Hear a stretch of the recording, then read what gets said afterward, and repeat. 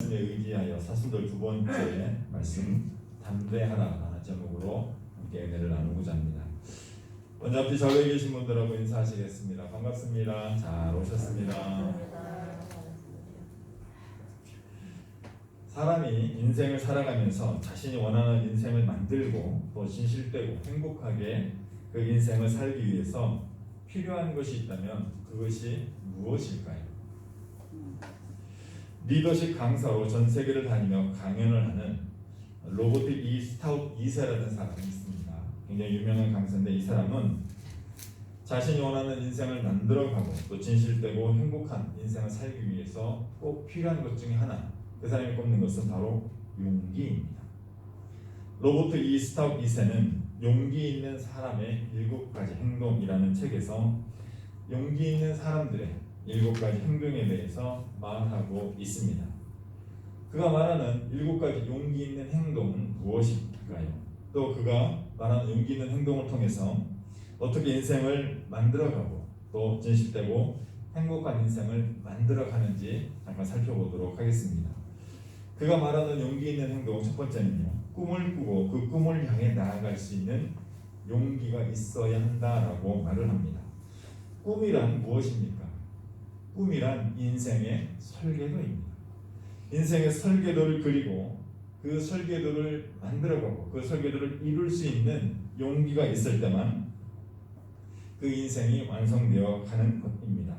용기가 없다면 이 꿈을 만들지 못하고 이 꿈이 없다면 인생의 설계도를 완성하지 못하게 되는 것이지요. 그래서 꿈은 자신의 인생을 스스로 개척하는 출발점입니다.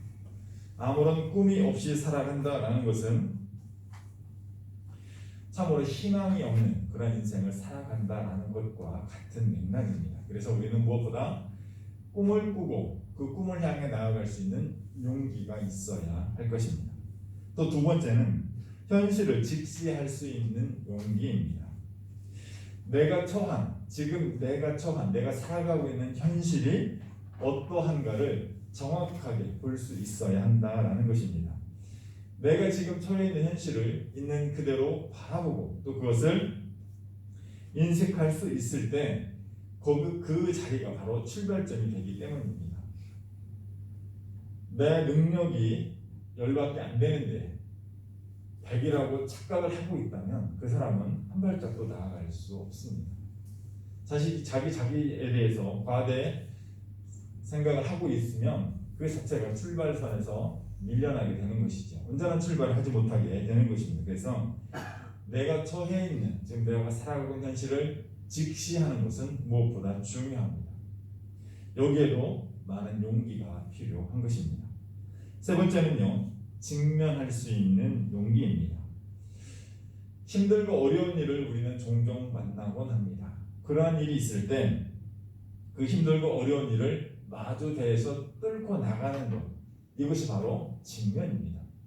그 힘들고 어려운 일을 피해가는 것, 이것은 회피라고 이야기합니다. 여러분, 대학 공부하는 것이 쉬운 일일까요?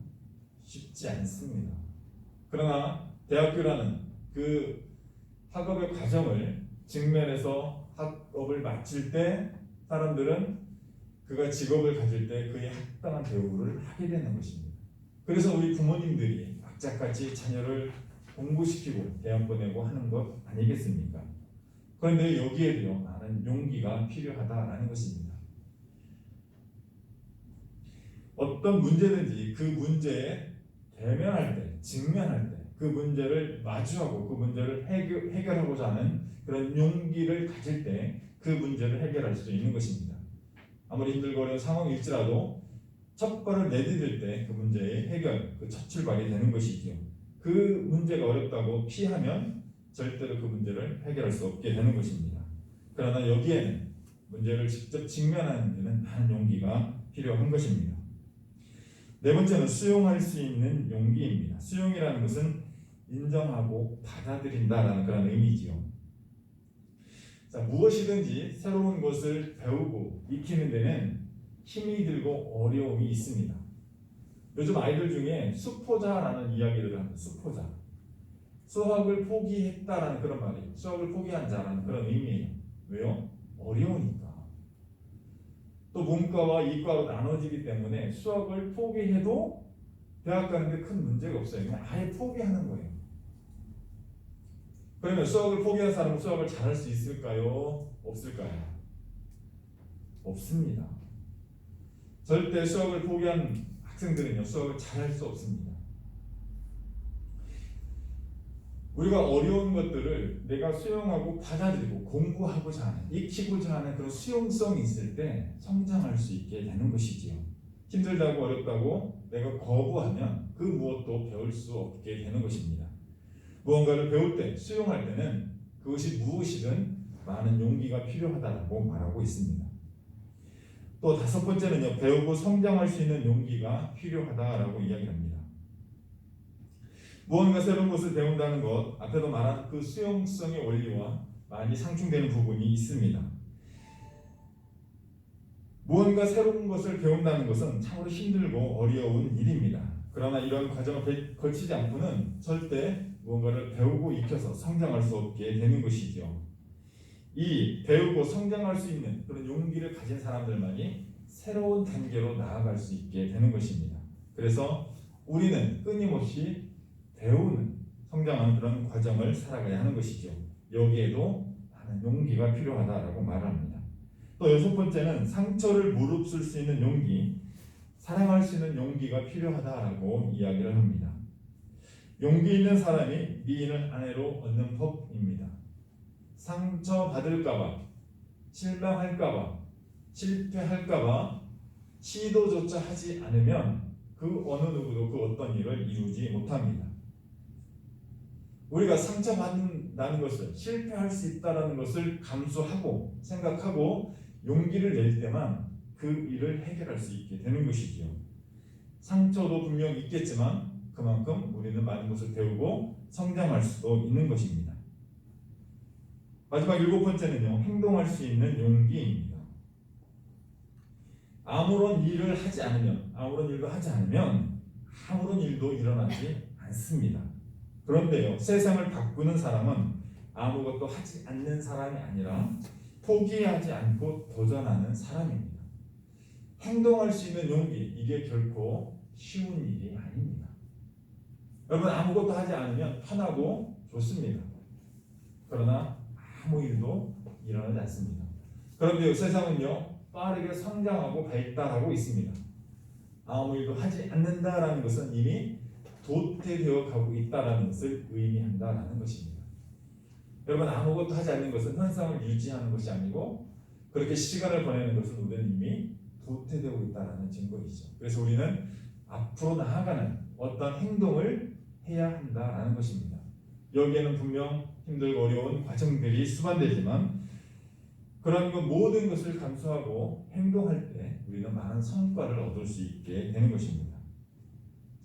인생이란 너무나 소중한 것입니다. 그리고 이 소중한 인생의 여정을 성공으로 이끌고 그 인생을 행복하게 살아가기 위해서 꼭 필요한 것이 바로 용기입니다. 하나님을 믿는 신앙인에게도 신앙의 마지막 승리를 위해서 꼭 필요한 것이 용기입니다. 용기 있는 자만이 믿음의 싸움을 싸우고 하나님의 영생의 축복을 지킬 수 있기 때문입니다. 그래서 오늘은 본문의 말씀을 통해서 용기 있는 신앙인의 삶에 대해서 살펴보고자 합니다. 오늘 본문의 내용은요, 요한복음 16장 전체가 내용이라고 보시면 되겠습니다. 예수님께서 대제사장에게 잡히시기 전, 십자가에 달리시기 전 제자들에게 자신의 죽음과 부활에 대해서 말씀하시고 마지막에 제자들에게 당부의 말씀을 하시는 내용이 오늘 본문의 말씀입니다. 예수님께서는요, 요한복음 16장에서 자신의 죽으심과 부활에 대해서 제자들에게 미리 말씀하시고 있습니다. 1절부터 3절 말씀 제가 한번 보겠습니다. 요한복음 16장 1절부터 3절입니다. 내가 이것을 너희에게 이름은 너희로 실족하지 않게 하려 함이니 사람이 너희를 출교할 뿐 아니라 때가 이르면 무릇 너희를 죽이는 자가 생각하기를 이것이 하나님을 섬기는 일이라 하리라. 그들이 이런 일을 할 것은 아버지와 나를 알지 못함이라. 예수님께서요, 제자들에게 예수님의 죽음과 그 부활하심에 대해서 미리 말씀해 주시는 데는 이유가 있습니다. 제자들이 예수님의 죽음을 통해서 실족하지 않도록 미리 예방하시기 위함입니다. 여러분, 실족이 무엇입니까? 실망하고 낙담해서 결국 믿음을 잃어버리는 것이 실족입니다. 예수님께서 앞으로 당하신 일이 십자가에 달려서 무기력하게 죽으시는 것입니다. 예정된 예수님의 사역이시죠. 그런데 이런 모습을 통해서 제자들이 실망할까봐, 낙담할까봐, 믿음을 잃어버릴까봐 그 모든 되어진 일들을 지금 미리 말씀해 주시고자 한다라는 것입니다. 그러면서요, 예수님을 매단 자들이 이것은 하나님의 일이다 라고 말할 것이다 라고까지도 이야기해 주십니다. 그리고 그들이 이런 일을 하는 것은 하나님도 모르고 예수님도 모르기 때문에 이런 일을 할 것이다 라고 제자들에게 미리 말씀해 주시고 있습니다. 인간이 당하는 가장 큰 고통은 바로 죽음입니다. 생명은 인간이 가진 가장 값진 것이며 죽음은 이 가장 소중한 생명을 잃어버리는 것이기 때문입니다. 그렇게 생명을 가진 그 어느 누구도 자신의 생명을 소홀히 다루지 않습니다. 3대 거짓말이 있다고 하죠. 나이 드신 어머님, 할머님, 아버님, 할아버지들이 나 빨리 죽어야지 하시는 말씀이 3대 거짓말입니다. 농담 반 진담 반이지만 사실입니다. 그 어느 누구도요 자신의 생명을 소홀히 여기지 않아요. 저는 그런 모습들을 많이 봐왔고 지금도 보고 있습니다. 죽음의 순간에 죽음의 문턱 앞에 있는 분이라 할지라도 자신이 죽을 것이다라고 예상을 하거나 그것을 받아들이는, 쉽게 받아들이는 분은 결코 많이 보질 않았어요. 왜 그렇습니까? 우리는 미래를 알지 못하고 죽음을 예상하지 못하기 때문에 그렇습니다. 그만큼 죽음은 두려운 것입니다. 지렁이가 밟으면 꿈틀한다라는 이야기를 합니다. 그 말은 무슨 말입니까? 죽음의 순간에 다가오면 그 힘없는 지렁이도 꿈틀하며 반항을 한다라는 거예요. 저항을 한다라는 것이죠. 죽음은 그렇게 우리에게 가장 두렵고 공포스러운 것입니다. 그런데 예수님께서는 스스로 이 생명을 내어놓으시려 하시고 있는 것입니다. 자, 그런데 여기에는 이유가 있습니다. 7절부터 11절 말씀을 제가 한번 더 보겠습니다. 그러나 내가 너희에게 실상을 말하노니 내가 떠나가는 것이 너희에게 유익이라. 내가 떠나가지 아니하면 보혜사가 너희에게로 오시지 아니할 것이요 가면 내가 그를 너희에게로 보내리니 그가 와서 죄에 대하여 의에 대하여 심판에 대하여 세상을 책망하시리라. 죄에 대하여라 함은 그들이 나를 믿지 아니하며 의에 대하여라 함은 내가 아버지께로 가니 너희가 다시 나를 보지 못하며 심판에 대하여라 함은 이 세상 임금이 심판을 받았으니라. 자, 예수님께서는요 제자들이 실망을 하지 않기 위해서 말씀하셨다 하시고 또 두 번째는 내가 생명을 내어놓고 죽음을 맞는 것이 제자들에게 너희들에게 유익이 되기 때문이다 라고 말씀하시고 있습니다. 자, 무슨 이야기입니까? 예수님께서 사람들의, 제자들을 포함하는 모든 사람들의 죄의 대성물로 죽으셔야만 그들의 죄가 사해지기 때문이다 라는 말씀을 하시는 거예요. 그것이 예수님을 믿는 모든 사람들에게 유익이 될 것이다 라고 말씀하시고 있는 것입니다. 예수님께서는요 육체로 이 땅에 태어나셨습니다. 그러나 부활하신 예수님은요 보혜사로 성령님으로 다시 이 땅에 임하시게 됩니다. 보혜사로 이 땅에 임하실 예수님은 그 은혜와 능력으로 시간과 공간의 제약을 받지 않고 죄에 대하여 의에 대하여 심판에 대하여 세상을 책망하시게 되는 것입니다. 우리가 이 땅에 살면서 받는 주님의 은혜와 사랑이 있습니다. 우리가 기도할 때 하나님께서 그 기도를 들으시고 응답해 주시는데 이 결정적인 역할을 하시는 분이 바로 성령님입니다.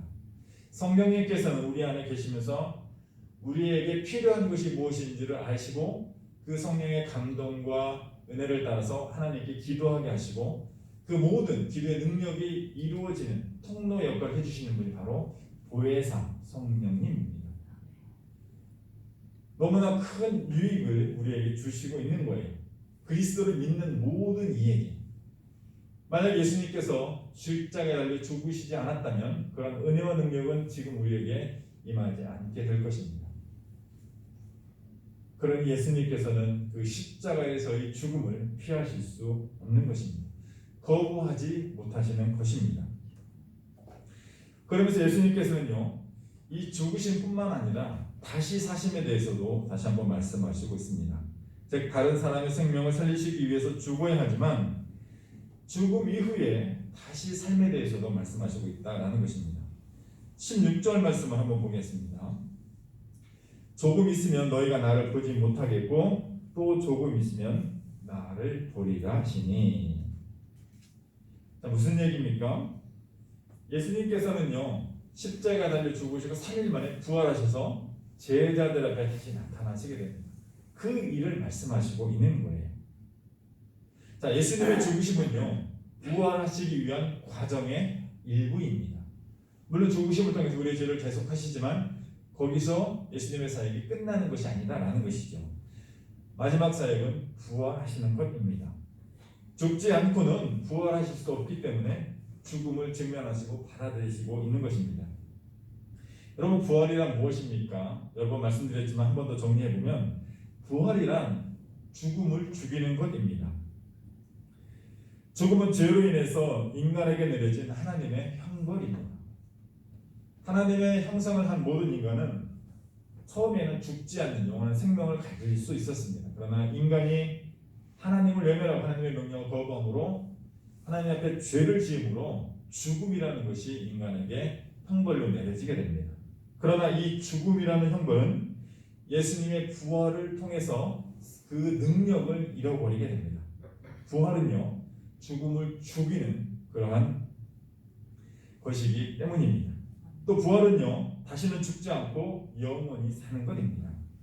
많은 사람들이 죽음을 경험합니다. 임사체험, 죽음 체험 이렇게 이야기를 합니다. 의학적으로도 이러한 것들이 학술적으로 연구가 많이 되고 있는 것이 사실입니다. 그런데 많은 사람들이 죽음을 경험하고 죽음을 체험하고 다시 살아나지만 그들은 죽습니다. 다시 살아났다 해도 영원히 살지 못하고 반드시 죽음을 맞게 됩니다. 그래서 이 죽었다 다시 살았지만 다시 죽는 것은 소생이라고 이야기합니다. 영원히 사는 게 아니에요. 그러나 마지막 날 심판의 때가 오면 예수를 믿는 사람들은 죽음에서 다시 살아나고 영원히 죽지 않고 살아가는 그런 영생의 축복을 받게 됩니다. 이것이 바로 영생입니다. 부활 이후에 있는 영원히 죽지 않는 생명의 삶, 영생을 누리게 되는 것입니다. 그 첫 번째 증거가 바로 예수님입니다. 우리가 신앙의 고백을 할 때 누구를 만났다라고 이야기를 많이 합니까?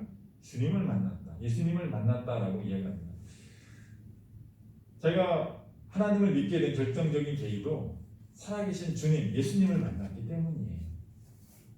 2000년 전에 이미 육신으로 오셔서 죽으셨던 그 예수님을요, 제가 직접 만났다니까요. 그렇기 때문에 제가 이 자리에까지 올 수 있었던 것입니다. 예수님은요, 지금도 살아계시다라는 거예요. 저와 여러분은 이미 예수 그리스도를 믿는 그리스도인입니다. 우리에게 부활과 영생이 있음을 믿으시길 바랍니다. 예수님께서는 이렇게 자신의 죽으심과 부활에 대하여 제자들에게 미리 말씀하신 후 제자들을 향해서 당부의 말씀을 하시고 있습니다. 그 말씀이 바로 오늘 본문의 말씀 33절 말씀입니다. 제가 한 번 더 봉독하겠습니다.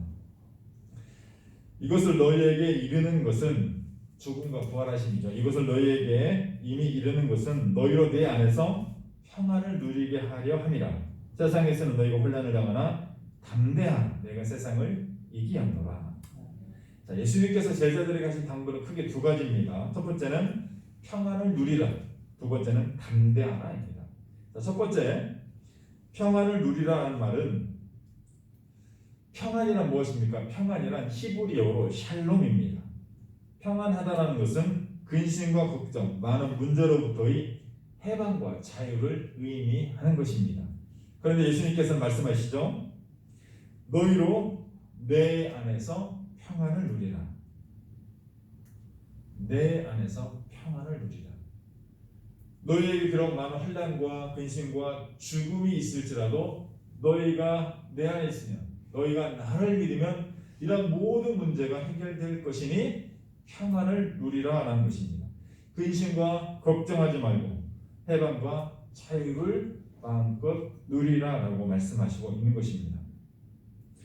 예수님께서 앞으로 당하실 죽음이라는 것, 부활이라는 것은요, 제자들이 한 번도 그 어떤 사람들도 경험해 보지 못한 것들입니다. 그렇기에 이런 일들로 인해서 제자들이 실족할 수 있고 근심하며 걱정할 수 있기에 예수님은 이렇게 제자들에게 자세하게 이루어질 일들을 말씀하시고 평안하라고 당부하시고 있는 것입니다. 우리 모두에게도요, 죽음은 이미 예정된 것입니다. 그 어느 누구도 이 죽음을 피할 수 없습니다. 그러나 죽음으로 인하여 근심하지 않고 평안을 누리는 여러분이 되시기를 바랍니다. 예수님을 믿는 우리 모두는 죽을지언정 죽음에서 다시 부활하여 영생의 축복을 누릴 것이기 때문입니다. 두 번째는 환난을 향해도 담대하라입니다. 담대라는 말은 배짱이 두둑하고 용감하다라는 그런 의미이고, 용감하다라는 것은 용기가 있다라는 그런 의미고, 용기라는 것은 씩씩하고 굳은 기운을 말하는 것입니다. 좌절하거나 낭망하지 않고 씩씩하게 앞으로 나아가며 도전하는 힘, 능력, 이것이 바로 용기입니다. 즉 예수님께서 제자들에게 환난을 당해도 담대하라라고 당부하시는 말씀은 너희들이 신앙 여정 가운데 힘들고 어려운 고난과 근심된 일이 있어도 좌절하거나 굴복하지 말고 씩씩하고 굳세게 이겨내라라고 말씀하시고 있는 것입니다. 예수님께서 이렇게 말씀하시는 근거는 무엇입니까? 세상을 이미 이기셨기 때문입니다. 세상을 이겼다라는 것은 죽음을 정복했다라는 것입니다. 세상의 사람들이 가장 두려워하는 것이 바로 죽음입니다. 그래서 사람들은요, 조금 더 생명을 연장하기 위해서, 죽음을 늦추기 위해서 돈을, 권력을, 명예를 갖고자 합니다. 여러분, 단순합니다. 사람들이 돈을 버는 목적이 무엇입니까? 잘 먹고 잘 살기 위해서예요. 여러분, 어렵게 생각하지 마세요. 잘 먹고 잘 사는 것의 본질적인 것은요, 생명을 조금 더 연장하겠다라는 것이에요. 에너지로 표현을 하면 여러분 쉽습니다. 에너지를 많이 가진 사람이요, 더 오랫동안 그 에너지를 사용할 수 있는 거예요. 이해가 되세요? 생명이랑 돈이랑 사람들이 그렇게 생각하는 거예요. 그래서 돈을 많이 가지고 있으면 좀 더 오래 살 것이다 라고 생각을 합니다. 사실은 어느 정도는 맞지요. 돈이 많은 사람은 좋은 병원에서 더 좋은 치료를 받을 수 있어요. 돈이 없는 사람은요, 병원에 가지 못해서 죽을 수도 있습니다. 일정 부분은 맞지만 그것은 그래 봐야 10년, 20년이에요. 사람들은요, 이 땅에서의 그 10년, 20년을 더 살기 위해서, 그렇게 돈을 벌기 위해서, 명예를 갖기 위해서 악착같이 살아가고 있다라는 것입니다. 그런데요, 가장 중요한 본질적인 것, 그 죽음의 권세를 예수님께서는 이미 굴복시키셨습니다. 부활이라는 그 놀라운 은혜와 능력으로 죽음을 죽이셨기에, 즉 세상을 이기셨기에 제자들에게 담대하게 살아가라라고, 평안을 누리라라고 당부하시고 있는 것입니다. 자, 이제 말씀을 마무리하겠습니다. 우리나라는요, 지금 코로나19로 인해서 많은 어려움을 겪고 있습니다. 그런데 이 코로나19로 인한 분노가 일부 교회로 향하고 있는 것이 사실입니다. 교회에 대한 정부의 과잉 대응이나 교회에 대한 부정적인 언론이 부정적인 보도를 하였고 또 지금도 하고 있기 때문입니다. 하나님을 믿는 신앙인에게 이런 환난은 필연적인 것입니다. 이러할 때 우리에게 필요한 것은 주님 주신 그 말씀을 따라서 마음의 평안을 누리며 담대하게 환난과 맞서 싸워 이겨내는 것입니다. 우리 주 예수 그리스도께서 세상과의 싸움에서 이미 승리하셨기 때문입니다. 그렇게 우리는 세상이 뭐라 할지라도, 언론에서 뭐라 할지라도, 정부에서 어떤 정책을 내놓을지라도 근심하며 걱정하며 두려워하지 않고 용기를 내어서 담대하게 맞서 싸워 나가면 되는 것입니다. 우리가 지금 당하고 있는 신앙과 그 어떤 환난을 만난다 할지라도 주님께서 주신 그 십자가를 바라보며 좌절하고 굴복하지 않고 씩씩하고 굳세게 용기를 내어 담대하게 이겨나가는 여러분들 다 되시기를 바랍니다. 아멘. 기도하겠습니다.